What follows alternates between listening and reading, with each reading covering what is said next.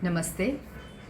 A warm welcome to everyone to another exciting episode of our talk series Mohiniyattam on a Wider Canvas.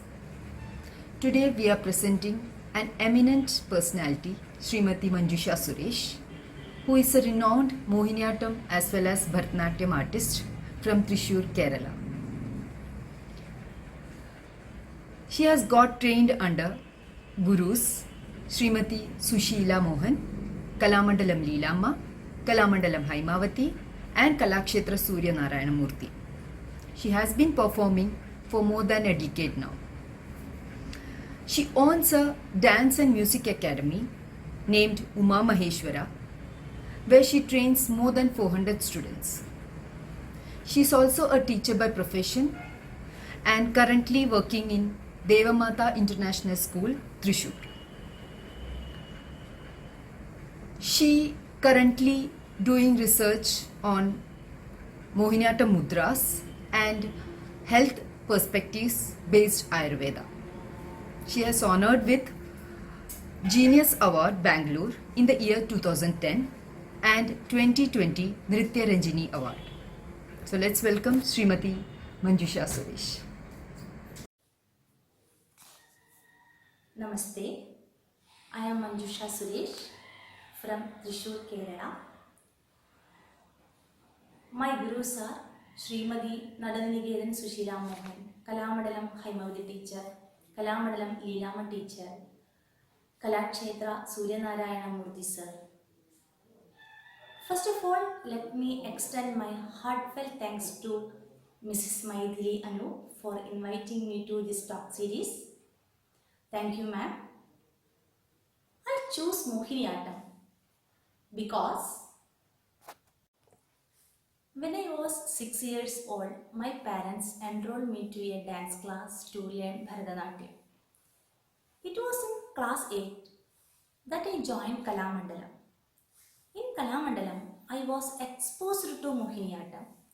The graceful steps, the sheer simplicity and the enchanting beauty all attracted me to Mohiniyattam.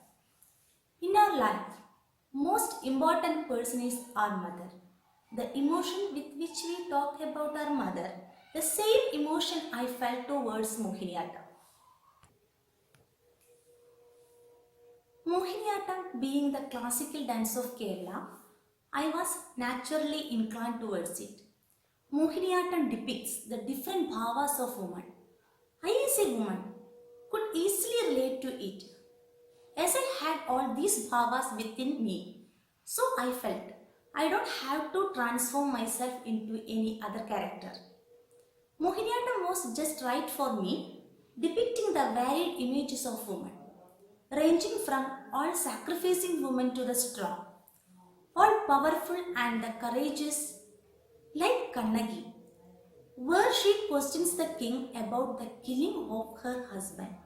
Then the costume.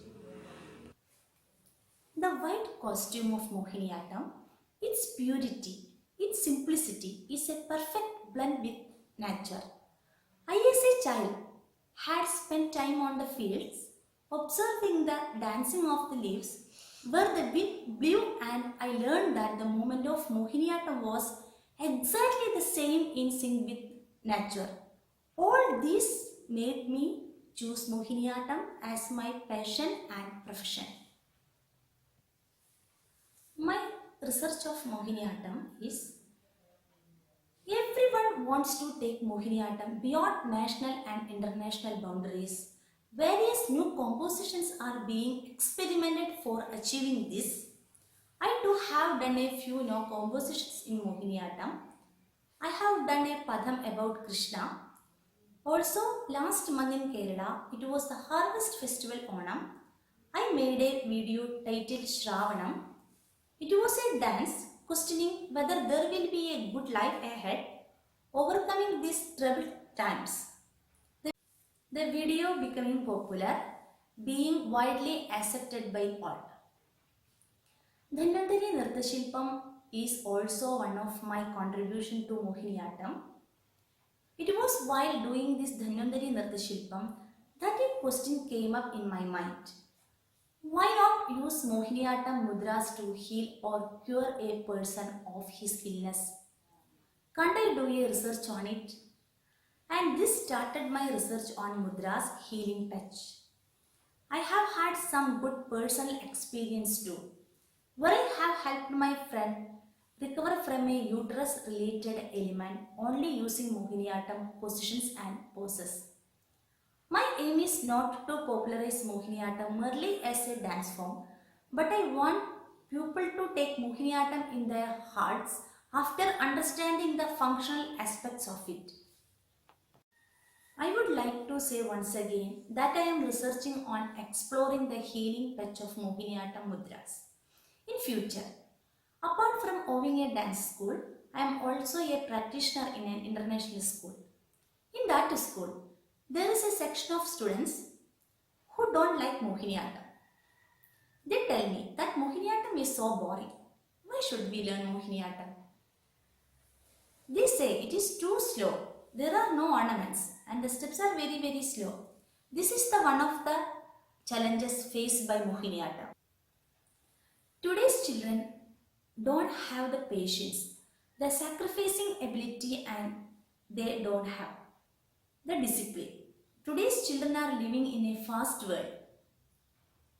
Everything is done very fast. They want to complete everything very fast. So they don't want to do anything slow. Mohiniyattam or any classical form requires a lot of patience. That is a fact. Moreover, parents too are leading a fast life. They too don't have the patience. They are busy and lead a stressed life. Spending many years in classical dance is not their need. They are satisfied with the other fast dances. Also, dance practitioners to lead a hectic life. We too have to see the practical side. It is our profession. We have to satisfy parents and children alike.